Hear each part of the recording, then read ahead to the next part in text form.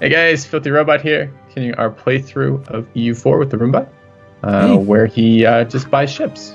Of course. Why wouldn't from the more expensive ports, over and over and over again. I? Discounting entirely the impact of wool. You want to take 10 years to build these ships, or do you want to build them in one?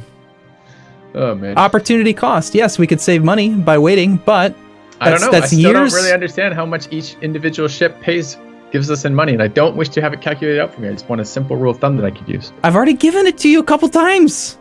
Yeah, you basically said build A ship? build light ships, and they will pay for themselves in X years. About 6.66 years. It's about 2/3 of 10 years. It's about the Okay, payoff, and what roughly. actually, I'm gonna write these down this time. Last time I just thought, no, that would stick with me. So light ships are 6.66 years. Roughly, it depends. You know, it depends on a lot of factors. Depends It's a rule of on thumb. Doesn't depend on anything. doesn't depend on anything. Great. What is Arumba says for that one? What about markets and temples? When do they pay back? Markets and estuaries, how long? Markets, just always build them on estuaries. Anything that has a local trade power modifier, just always build it. Always. Yeah, but how long before it pays itself back? I don't know, but always build them. You So just said you didn't need the I would math. like- You just wanted a rule of thumb. There's your rule I of need a thumb. comparison now. How am I supposed to compare light ships compared to markets? If I could Markets build first. one or the other. Markets first. Market first. Okay. All right. How about temples? Temples depend on the base tax, and this one's actually an easy one to do the math on. Click on any province. Okay. You can see that it's got a base tax of 3. The way that building works is it increases like a church, right? Where do I see that as a base tax of 3? Well, I'm looking at Derbyshire. It has 3 base tax. Sure. All right, where is It's got 3 base tax, 2 base two base production, 3 base manpower. you actually, okay, yeah, got it. Okay, so when you look at the actual church, it says local tax modifier plus 40%. So that's a multiplicative bonus on the base number. It's not multiplied with anything else. So you're getting 40% It's an of... additive bonus? Yes, sorry, did I say... Yeah. So you're getting 40% of 3. Okay. So 40% of 3, doing the math, right? 0.4 times 3, that's 1.2 ducats. The cost of the building is, in this case, 96. So 96 divided by 1.2 equals 80-year payoff. So generally speaking, you want to shoot for higher development provinces that have about a 50-year or less payoff. So usually that's going to be around 5+ base tax, be where it makes sense to build them. But that's where you can very easily see you're better off building up to your force limit in light ships than you are building temples.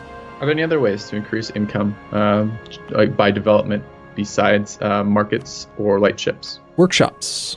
Increase base production. Okay, and that's basically the same thing. So if I were to go to the same area, Derbyshire, Kind and I of. have to go to where do I see that modifier? So where would the workshop affect? So I thought. So what are the 3? We have tax. Where does it even say the fucking names of these? I can see the icons. But what are they actually called? And where do I see it? You Diplomatic power to improve production. hover over the number. Administrative power to improve base tax, and military power to improve manpower. Okay, so it's going to be the center one, which is production. Mm-hmm. Monthly production income 0.05, trade value 0.6, local trades produced 0.2, local shipbuilding time. All right. So what am I looking at this when I think about what number is the workshop modifying? The workshop increases your income from goods produced, and this is where it's kind of similar to base tax, but not quite, because now you have to factor in the trade good. Notice in the bottom right-hand corner of the province, you can see, like, I'm looking again at Derbyshire, it has iron. 3 iron. Mm-hmm. Iron is better than, say, grain, because grain has a base cost of 2. So a workshop in an iron province is going to be better than a workshop in a grain province. What does it do? Does it bring this 3 to 4.5, or does it do something different? It just increases the income of the actual production. If you hover over the actual, left side of the thing, it says tax, production, total. Mm-hmm. If you hover over production, I'm looking again at see. Derbyshire, it says 0.1. Production efficiency 35%, from technology 15, local autonomy modifies it by -25 because it's controlled by the clergy, etc., etc. So that's where the whole number comes from. It will generate a yearly income of 1.21 ducats, which then gets divided by 12, which is why we get 0.1 ducats per month from production in this province. Got it. So, how do you determine where to build workshops? Very simple. Press B, press 7, click on the workshop button, and generally speaking, only click on provinces that are going to earn you more than 0.1 or more. The bigger the number, the better. Okay. And the way you figure temples, there, the way that you figure that is that, let's just say that it's showing 0.1 here. You don't have to worry about the trade good, right? Because you're going to make 0.1 ducats per month if you build this building. So you take 96 ducats divided by the 0.1, That's 960 divided by 12. It's going to take 80 years to pay off at 0.1. So if you can find one that's at 0.2, that's a 40-year payoff. But again, in almost all circumstances, light ships with a 6.5-year payoff are better. Yeah, that's pretty solid. What about development between investing in economy and investing in an idea thing, like a Renaissance, what's called institution? How do I make the decision of spending money on this is essentially buying monarchy points, right? Buying monarchy points. When you spend your admin or develop, like you No. So at some point I have the decision, I have a finite amount of money, and I'm trying to make a decision between, do I save this money to embrace the Renaissance faster, or do I invest in basic money producing infrastructure like light ships and like markets and workshops? And okay, so that's the comparison I'm trying to make. And that is simply, and one way of looking at this, at least thinking about it from the normal way you tell me to think about these, which is, what is the actual comparison? I'm essentially buying monarch points with that, right? The sooner I embrace the Renaissance, the less expensive my techs become from a monarch point perspective. So spending money ahead of time is essentially buying monarch points, right? Yes, and you almost always want to convert money into monarch points, not the other way around. Usually. Unless you're ahead of time. Do the light ships... This is now an unrelated but semi-related question, so it's going to change course a little bit. It's not related to the monarch point thing. I know, right? Are light ships always as valuable regardless of how much trade power you have in a node? In other words, if you have weak trade power, is it still that 6.66 still going to be the return you get off of light ships? No, it's more fluid. If you... go to the trade map mode, press like the Y key. Mm-hmm. Notice how in English channel we have 87% control, and actually this is a good time to start considering it. Once you approach like the 75% plus dominance in a node, it starts to become more advantageous to send your ships upstream than it is to continue to send them to the existing node. Because going from 90% control to 95% is way hard. You have to double your amount of trade power just to eke out all of the other people from the node, right? Okay. So instead of doing that, you should just send half your ships to the next node upstream to pull more money in and just get more, 90% of more money. Does that make sense? Okay. So it does. What you said makes sense, but I have I struggle repeatedly with this. Every time I open this fucking interface, I get a little frustrated with trading. Well, let's just do this as an example right now. Okay, so F1 and then 4, and you can see we're making right now 49.91 ducats from trade. Yep. We want to get this up anyways. You just accepted that mission, so this is maybe a good time even to start thinking about this. Okay. So we have 87% control of the English channel, which is already getting pretty high. So let's go ahead and we'll go easy. We're gonna wait till the Navy's in another location. I'm looking at the light fleet over in St. George's Channel. I'm gonna stop it. I'm gonna press the S key to split it. I'm gonna grab it and split it again. And then I'm gonna take the bottom army, which is now a quarter, and I'm gonna send these guys over to protect trade in Lubeck. Well, hold on, because there's some stuff here we could do, right? So you wanted which one now? Which guy are you messing with? The 14 stack? No, that's heavies. So it's the 18 stack? I've already done it. Yeah, I know, but I want to look at this interface, because this interface also screws me up a little bit, right? So the select mission interface. Yes. So because I also struggle with choosing between privateering and protecting trade. Okay. And if I look at this, if I click on the protect, so I have the 18 stack selected. Yes. If I click on protect trade right now, it gives me 4 drop down. It gives me 4 areas: English trade, North Sea, Lubeck, Baltic Sea, right? Yes. You with me on that? Okay.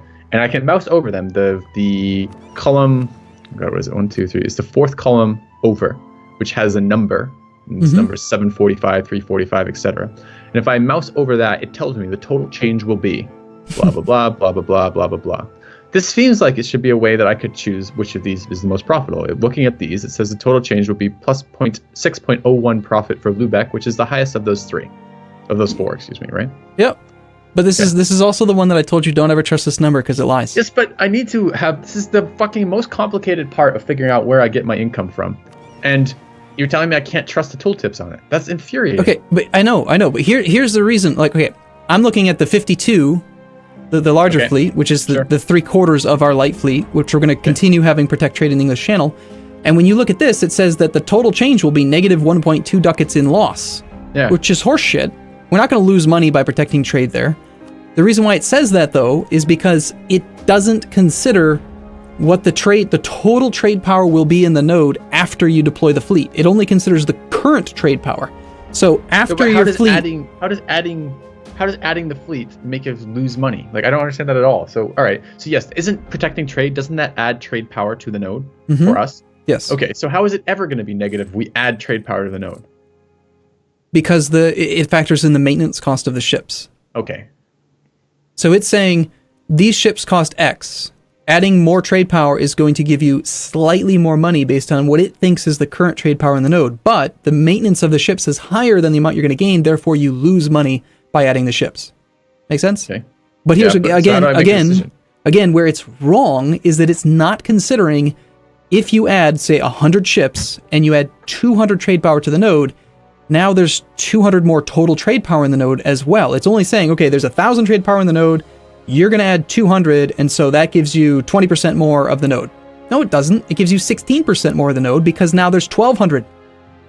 Right? Okay. Do you follow my... So just don't trust the tooltips. They're not right. They never have been right. Decision. So how then do I compare the advantage of protecting trade versus privateering? Because the privateering, the mission with the same ships, if I select those and I go, so this is the 52 stack again, and I click on select mission, and I click on privateer, and it gives me another drop-down menu with another set of things in there telling me the profits I'd make. Normally what I would expect to do then is I go, oh, Lubeck, I can make 6.33 profit privateering compared to the 6.01 I was making protecting trade, therefore it's better to privateer than it is to protect. But you're telling me I can't use that, so how do I make that decision then? Like, how do I actually get the numbers that are most beneficial for what I should be doing with my fucking ships without having to, like, get ridiculously bogged down in this trade interface? It's a great question. Okay, all I can do, I mean, I don't know how to explain it in a way that's going to answer it, like, suitably for you. I can give you rules of thumb. General rule of thumb is privateer when you're weak. Privateer, there's two situations where you want to privateer. Number one is when you are not a trade power. You are not a nation that can actually have majority control of a powerful node. So if you cannot do that, if you are not in that position, look toward privateering the most powerful node near you that's not going to piss off an ally. So like say you're playing as Korea and Ming is your ally, don't privateer Beijing or Hangzhou because they're going to dominate those. You're going to piss off your ally. Go privateer Japan, for example. Okay? The other situation... Even though that's the major node, the Nippon node is, even though that's the major node that I'm drawing off of, I have something like 20% trade power in there. I should still privateer it, even though it's my fucking node, even because it's not really my node, because I only have 20% of its power. No, if it's your node, I would protect trade. Don't privateer your own node. Protect trade. If you're actually able to make more money protecting trade in your personal capital node, then do that. If you're making almost nothing because you're like a pass-through trade zone, then you send your light fleet off to Japan, which will have more trade value in it, and you'll make a little bit more money that way. You'll still collect trade automatically in your home node. You don't have to have ships there. Like whatever trade power you have from provinces. But you just gotta do that thing. The only other circumstance where you want to privateer is if you're specifically trying to get power projection by privateering against a rival. Like right now, if we were desperate for like 5 or 6 more power projection, we could go privateer Sevilla, which is the Spanish capital node, and we'd be privateering our rival, which would give us some power projection. But I'm privateering off of Ming right now. I'm pretty sure Ming withdrew a royal marriage at one point. I wasn't quite sure why. I wonder if it's because I'm privateering off of him. Every month that you privateer and they're the dominant in that node, you're going to lose 5 opinion up to a cap of negative 100. So yeah, you basically piss them off a lot.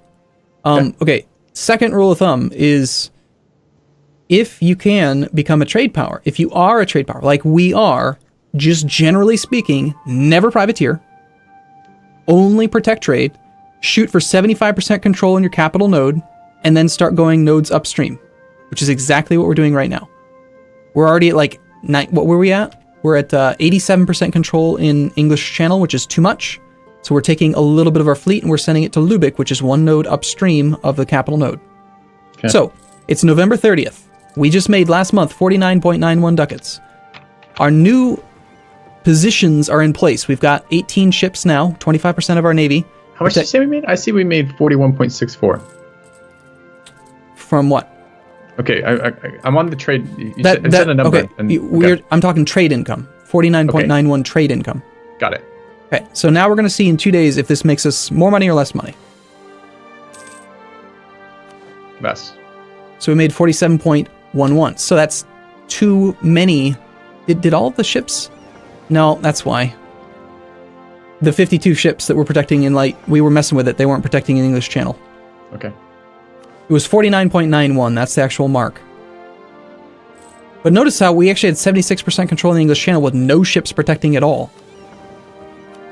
Yeah. We gotta wait one more month and then we can see. So just call it 50. If we can make more than 50 ducats by protecting trade upstream, we want to start sending more ships into the Lubick node.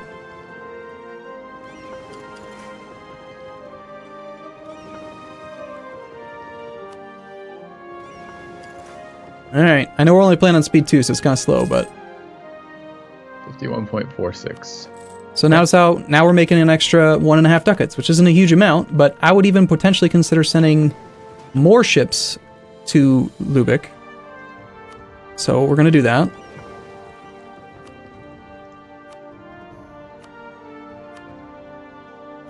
And we'll see if we can make even more. Oh, we have a rebel uprising about to trigger. Yeah, the problem 90%. is we don't actually have any troops. Well, it's going to be awkward when they roams around fucking pillaging shit. Where are they going to spawn? In Holland? Let's take a look. Dutch separatists are... Yeah, but can't I tell... Someone was telling me that they mostly spawn in the highest development province. Is that correct? Yes, but they're only... The only unrest for the Dutch separatists is in Holland, so that's where they're going to rebel. Yeah. But there's a fort in Holland. We should be okay. Looks like we have an event, or you paused for some other reason? No, I paused for that. I was just looking where it was. Okay. Okay, so we were at 49, and now I've sent more ships to the Lubick node. And it was about even. So we're at that point now where we want to start new ships that come out, continue to protect trade in the English Channel, and sort of start skewing our ships into the Lubick node more and more as we build up to the force limit. Because we're still at, we have 13 more light ships in progress. Okay. Are you dicking around with our military? Yeah, I just sent it back up towards the French border so we can... zero attention to it. No. Unfortunately, we can't pick it up with the boats because it's one contiguous unit, and we don't have that many. I don't even know if you can pick up condottieri with boats. I've never tried it. But let's see. How long has it been since these troops have been on lease? 22 March 1550. So yeah, we could actually revoke it right. March 22nd, 1550. Yeah, we can revoke the troops now if we want. But now you'll actually notice, starting next month, on our ledger, our income, the economy tab, we're going to start seeing condottieri 35.31 ducats. They're paying us 35 ducats a month now. It's pretty nice. That's a fuck ton of ducats. It's almost as much as we're making from trade. It's just because they're still renting our army. Yep. We appreciate it. Yeah, we do.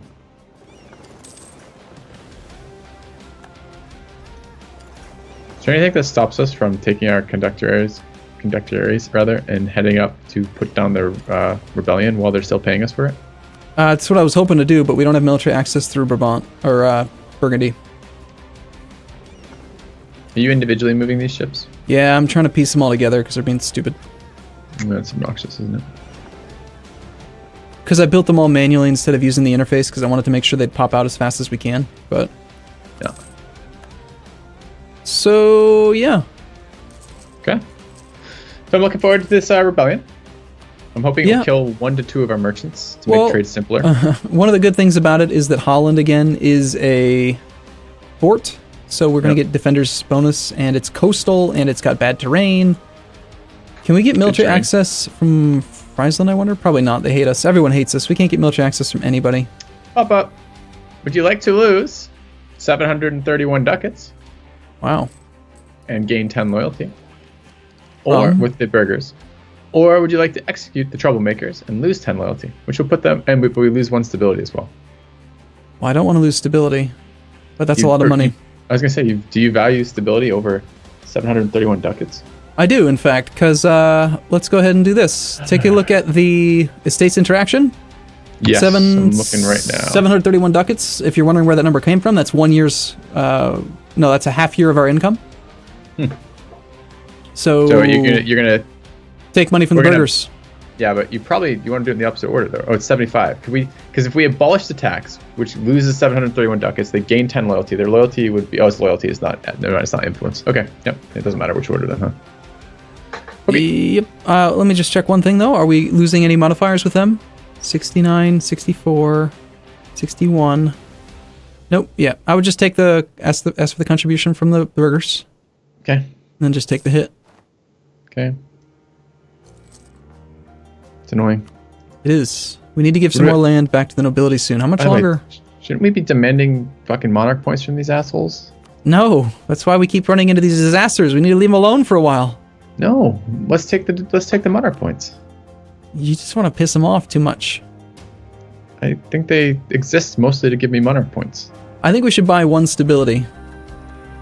Good. All right, let's hear the rationale for this.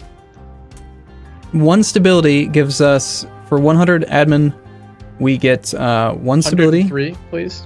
Yep. But what we get, more importantly, is we get 1 extra monthly fervor, which makes it pretty much permanent trade focus from our religion. Right now, we only make 3.5, which is not really enough to keep it on all the time, and it's annoying to me having to toggle it. That? I see. So I'm looking, moused over the stability tab, the boost stability interaction. Hover over the 0. Okay. Monthly fervor plus 1.0. So basically, I want to get close to 5 fervor per month so that we can just keep trade on and not worry about it. Yeah, makes sense. Makes sense. Sound good? All right. Sure. Yeah. Send it.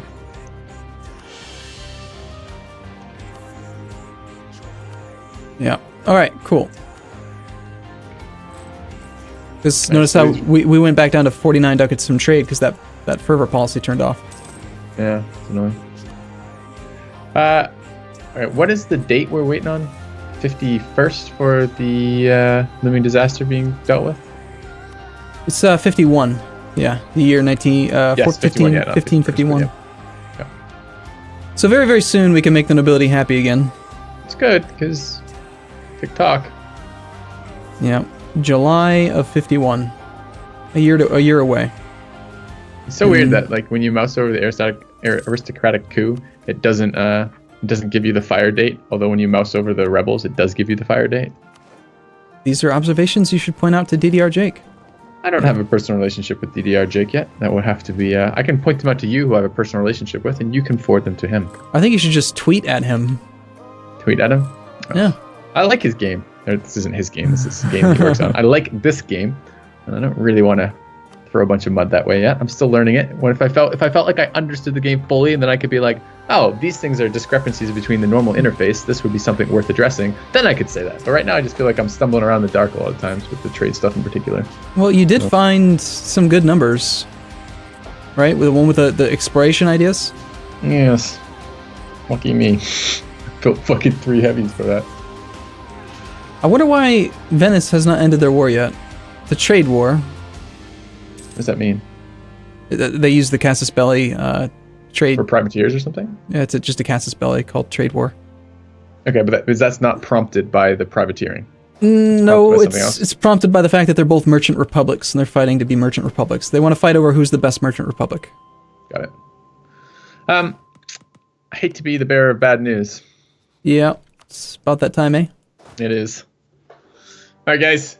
See you soon. Thanks for watching. Thanks for bearing with me as I repeatedly ask questions about the trade interface. Is probably my most annoying. It's a part of the game that I like the least at the moment because I understand it so poorly. And it's so fucking complicated. Like instead of 1 number, it's like 20 numbers every single time. So I'm like, oh, I wonder how much trade I'd make doing this. And then I start looking at it and like, I don't wonder anymore. I just don't want to deal with it ever again. So, nice. Anyways, see you guys soon. All right. See you in a bit.